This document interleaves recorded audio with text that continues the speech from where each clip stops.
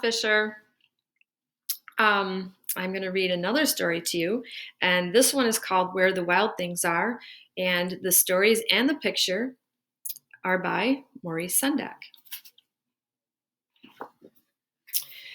The night Max wore his wolf suit and made mischief of one kind,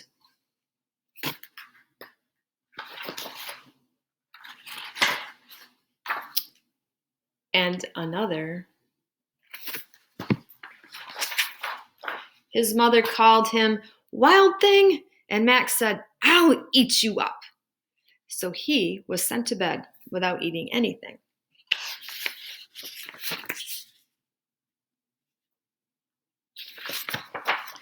That very night in Max's room, a forest grew.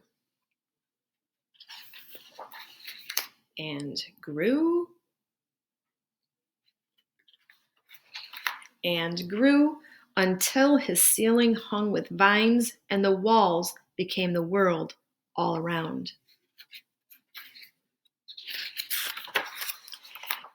And an ocean tumbled by with a private boat for Max, and he sailed off through night and day.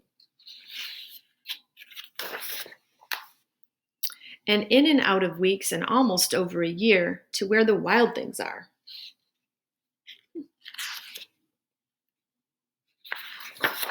And when he came to the place where the wild things are, they roared their terrible roars and gnashed their terrible teeth and rolled their terrible eyes and showed their terrible claws. Till Max said, "Be still," and tamed them with the magic trick of staring into all their yellow eyes without blinking once, and they were frightened and called him the most wild thing of all.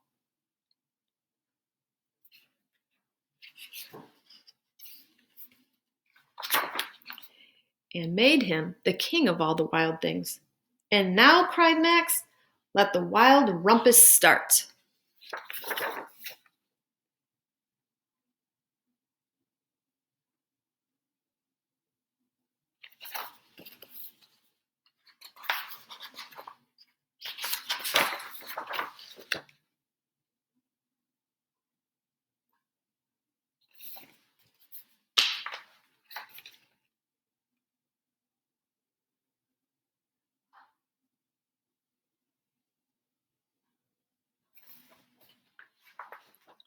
"Now stop," Max said, and sent the wild things off to bed without their supper.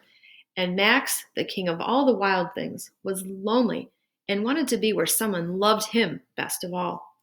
Then all around and from far away across the world, he smelled good things to eat. So he gave up being king of where the wild things are. But the wild things cried, "Please don't go, we'll eat you up, we love you so." And Max said, "No." The wild things roared their terrible roars and gnashed their terrible teeth and rolled their terrible eyes and showed their terrible claws. But Max stepped into his private boat and waved goodbye and sailed back over a year and in and out of weeks and through a day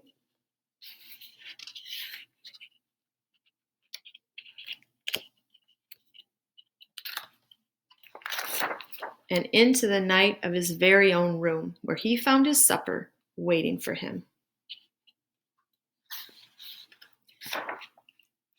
And it was still hot. The end.